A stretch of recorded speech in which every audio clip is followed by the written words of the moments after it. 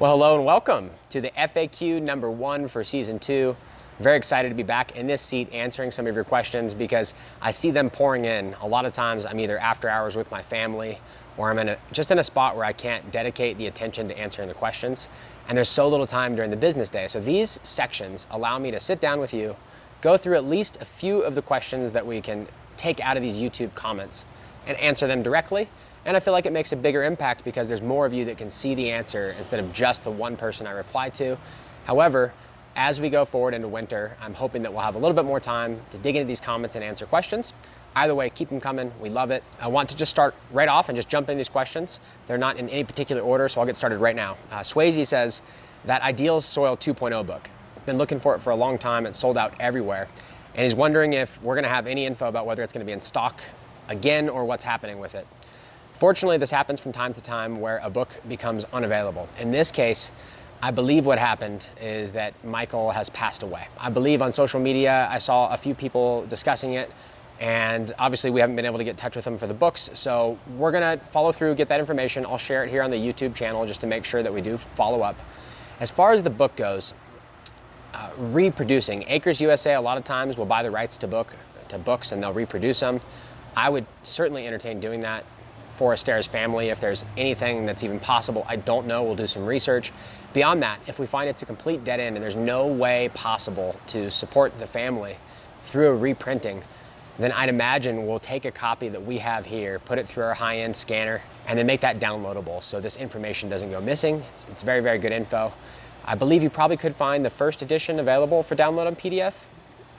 You might be able to find the second one on download for PDF as well. So I'll do some more research. I just wanted to share with you where I'm at right now so I can answer the question. David says, how is the worm activity in the 3x3 bed? Did you find any worms while working in the amendments? Really good question. I didn't dig to look, and I'm positive there's some worms in there because when we moved the bed around, there was definitely some moisture in the center, but it was a little bit dry on top. And instead of me digging in there, I just kind of did our thing, re-moistened it, and I haven't really done much looking. I will certainly look in there and see if I find any along the edges, but my suspicion is that the population never got too high and they're just hanging out because the dry down period that I had didn't allow them any time to really explode in population. It's up to you how you do things. A lot of times the ideal way would be to keep that bed fully saturated with moisture, have plants either plugged directly back into it so there'd be zero downtime. That would keep your production up per year to justify the cost. Or if I shut down and ran like a low energy, just barely having a light on, occasionally it would be to maybe stimulate some cover crop growth in there to keep it alive, to have a reason to water it so it doesn't go anaerobic. And I think in both of those cases, you keep things on an even keel, you keep the soil alive and going. In this case, although it's a no-till, it did get a little bit of dry down. I didn't want to do any digging. I'm certain there's worms in there, but I did not see any activity when we were putting the amendments, and I will look for them and I will definitely report back. Okay, next one. Orlando says, when I make my Irish sea moss gel, I use the leftover water as an additive. Sea moss has 98 of the 114 essential nutrients for life. I don't do it often, but I assume that it helps. Okay, this is another really good one. There's a lot of things that we do for human health that correlate to the conversation of living soil. And a lot of them are people that I know that take care of their body. A lot of times you can read studies that say that they may not live longer than someone who treats their body really poorly. It could be someone that eats a pack of bacon a day, smokes a pack of cigarettes, and live till they're 95 years old. A lot of times that's genetics, and cannabis in the garden, same way.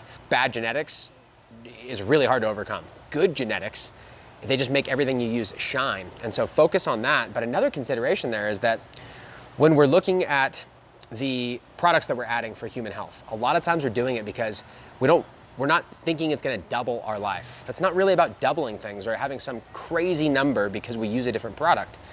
It's about maybe enjoying that life more.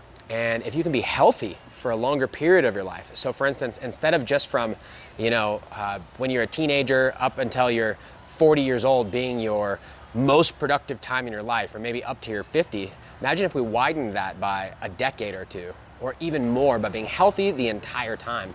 Same thing in the garden. If we can do things that give us overall plant health and happiness, a lot of times our hunches are correct if we're listening to the plants. Other times we could be potentially wasting money. In this case, I see no harm. You're doing a health benefit for yourself. You're using the wastewater, which costs you absolutely nothing, to benefit the plants of those minerals. Here's things that I would caution you on. When using human inputs, we want to be aware of certain potential for buildup. So with the sea moss, if you're not doing the sea moss or you've not heard of it before, take a look. We offer some on BuildASoil. There's many different sources. Ours is very clean. What I learned from it, I'm no expert, is that instead of kelp floating in the ocean, this is a sea moss which grows on a rock. It's actually one of the only plants that can mine the minerals and the nutrients right out of that actual rock, and we're getting that benefit instead of just the ocean. And so there's a number of reasons why people make this gel and then consume it for themselves. And so if you've never heard of that before, check it out. But for those of you that have, one caveat is that some of them might be a little bit salty, and so a lot of times for human consumption, you'll wash it really well first. Don't use that wash water, because that might be the higher sodium water without the benefits. But when you are doing the soak, maybe before you blend, maybe you can take some of that, maybe you can take some of the straight actual gel and use some of that diluted down because it's already washed and absorbed and maybe made more available, just like for a human body. So consider those things. On our soil tests, our sodium's pretty low, so a little bit of sodium isn't gonna do a lot of harm, but sometimes that does build up over time, and sometimes sodium can be the #1 problem that we have in soil. So I would avoid doing things when you're not positive all the time, especially when sodium is at play. The other consideration on a commercial scale is that heavy metal testing is ridiculous these days, and almost anything that comes from the ocean is going to be of slight concern. However, for us home growers and for people that are using stuff for holistic health, I don't think that there's any reason for concern whatsoever when it comes to that. So I hope that helps. Sea moss, I didn't think I'd get a question on that. That's really good. Next, Lance says, always like to see a Jadam reference. Thanks for the video. That's awesome. It's funny that we're just talking about sea moss and we're just talking about the potential sodium from that. I believe the Jadam reference that I made was instead of using these sulfates for the trace minerals, in the Jadam book they talk about using seawater. And the version that we have would be C90, and that's actually dehydrated. And so you would rehydrate it and you basically have a diluted ocean water that you could foliar spray. And because we're not putting any of the sodium that's there into the soil, it bypasses the soil as an issue, gives you all of the trace minerals. And the Jadam books, although there's so much in there, a lot of it has to do with making all of your own inputs from scratch. A lot of us barely scrape the surface of using it. What little we've been able to take out of it for our vegetable farm has been phenomenal. So I really do trust the content of the information, and that's why I share that information with you. If you haven't heard of Jadam, go and check it out. I believe you can download the PDF if you look hard enough for free. And we've been trying to get the books back in stock, but since COVID hit, I've not been able to get in touch with the manufacturer to get the hard copies, but we're working on it. So I'll keep you up to date. Next, Black Leprechaun says, do you ship soil to Hawaii?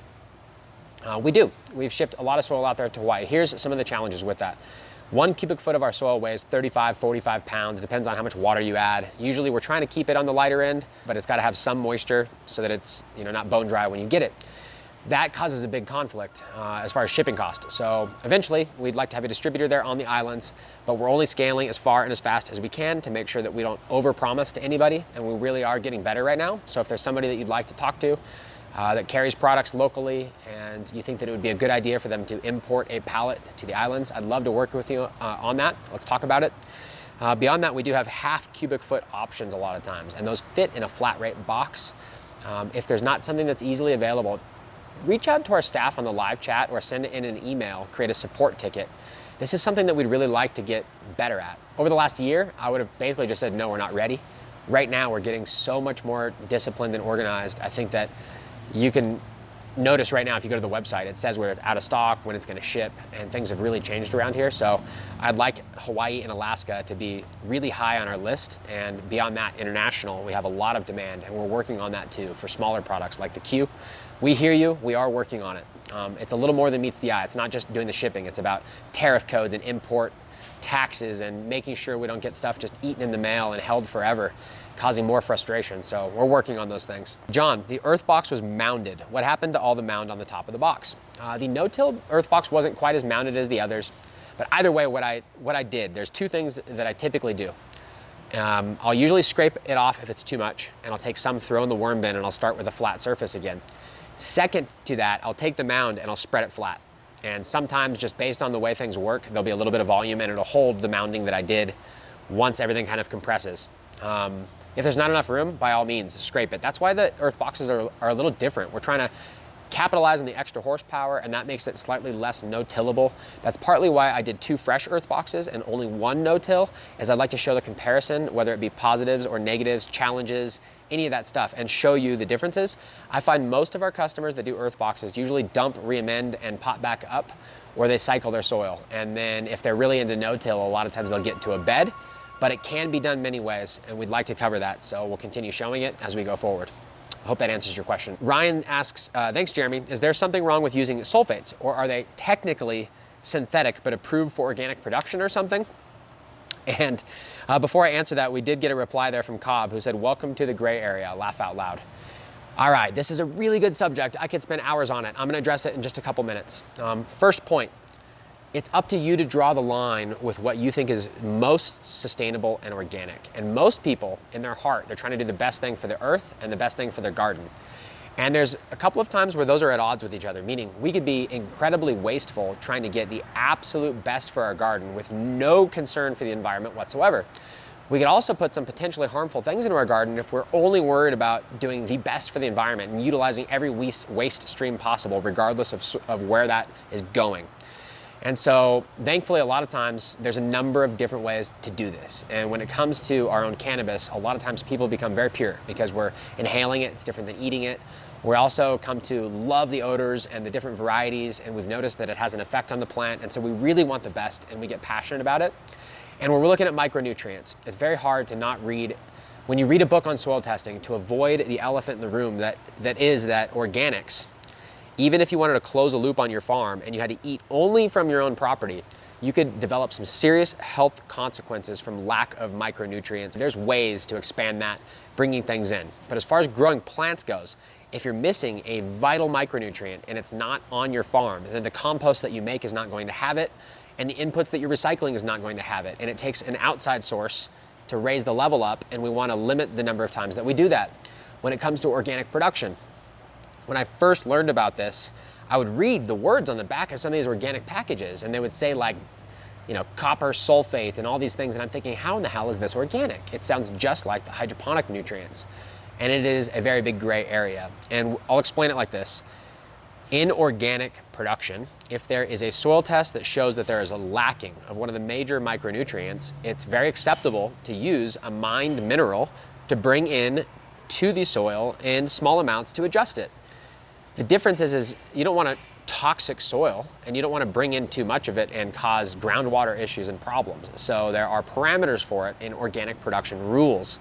Now, just because it's approved for organic use doesn't mean that it is organic. And what I mean by that is the definition for organic is fast and loose. Most people mean approved for organic use. A lot of people mean only things that are 100% natural and not made with any chemicals whatsoever. But that includes things that are mined from the earth by digging, which don't have carbon in it. And some people say carbon is the only measure of something being organic or not. And if you have a salt, which for instance, gypsum, highly approved for organic use, absolutely everybody uses it, it's calcium sulfate.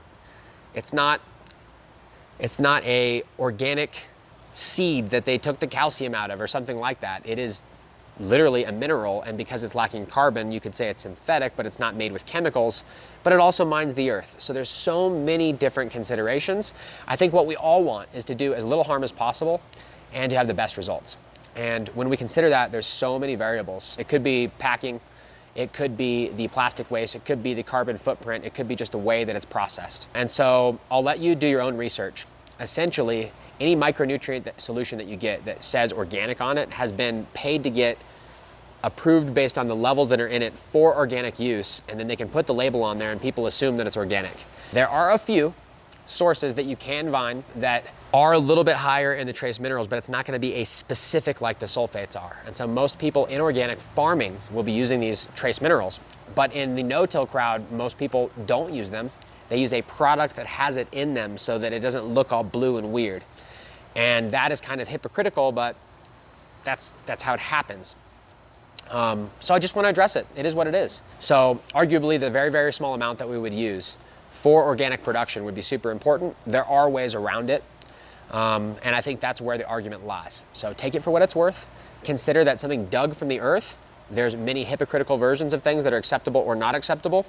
What I'd like to have happen here is that you get to the point where you can do your own research, you understand the pros and the cons, and then you can decide for yourself what is best. When you measure it by that rule, you'll be able to see why certain decisions are made out there. Another huge one is potassium silicate. It's not approved for organic use unless it's for a foliar spray for very specific purposes, but a lot of the no-till community kind of hypocritically uses it. We offer it, and so I don't want this to ever be a secret. I want these conversations to be out in the open, and then each customer can choose what they'd like to do on their own. What most of us agree on is that we want more ethical treatment of animals, and if we have to use waste sources, they're cleaner.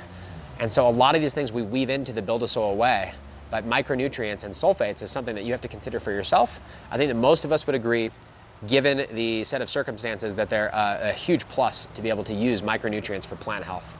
However, there's many, many ways to do that. That's why I address it in the video when we do episode 3 on the soil reamending. So check that out if you haven't already watched it.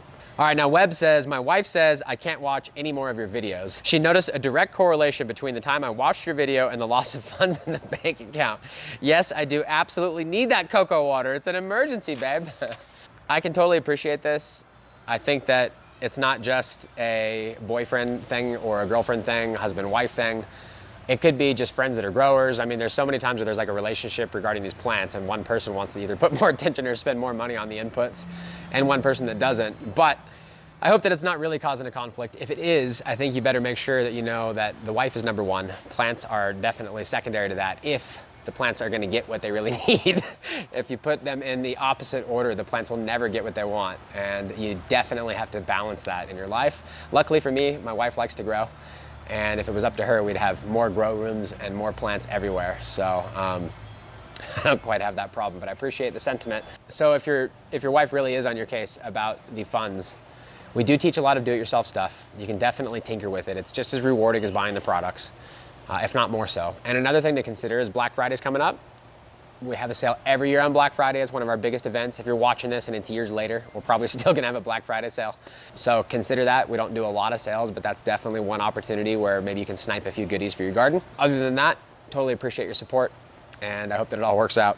Okay, so this next question, I don't have time to answer in detail, but I wanted to tease you a little bit, and I also want to allow it to give me this bridge to the next sequence where we're going to be talking about the environment a lot more, and bringing up other things like the watering, things that we really didn't talk about last time. The question was, thanks again, question. I've seen a couple others ask about water source and filtering.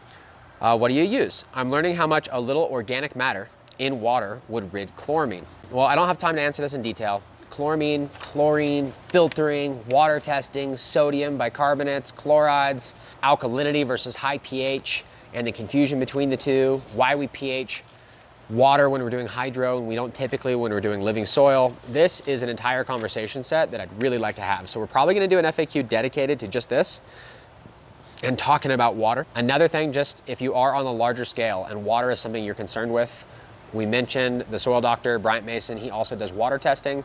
Part of the saturated paste test that we showed you on the soil testing, they use deionized water, and that's fine.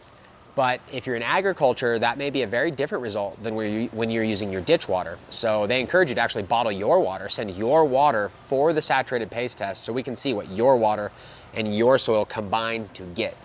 In indoor, a lot of times we're filtering the water or we're doing something so we're on a little bit more of a level playing field compared to agriculture, but I don't want to bypass that conversation without digging in. So to honor that, I'm just gonna skip it for now. We'll definitely dig into it next time. I appreciate you guys. We've got a couple of water filters that we offer at BuildASoil. That'll give you a hint of some of the things that we use, but the conversation is a little bigger than that. So we'll address it next time. For those of you that watched along this whole way, I really appreciate you watching these FAQs. Ask more questions on here. If I can elaborate more, please don't be shy. Ask more questions about the questions. I don't care. I don't want to miss any of these details. I really want to make sure that if someone asks a question, I can't answer every single one of them, but the goal will be to eventually answer all of the questions relatively. And what I mean by that is, fundamentally, you should be able to answer your own question when you've watched all these videos. In the sense that in the garden, over thousands of grows, there's gonna be so many variables live in action that I can never tell you how to handle all of them. But what I can do is give you the fundamental techniques and principles. Those fundamental principles will never change, and you'll be able to address those in any gardening situation, indoor, outdoor, or whatever. So I hope that helps. And until then, I'll see you on the next episode.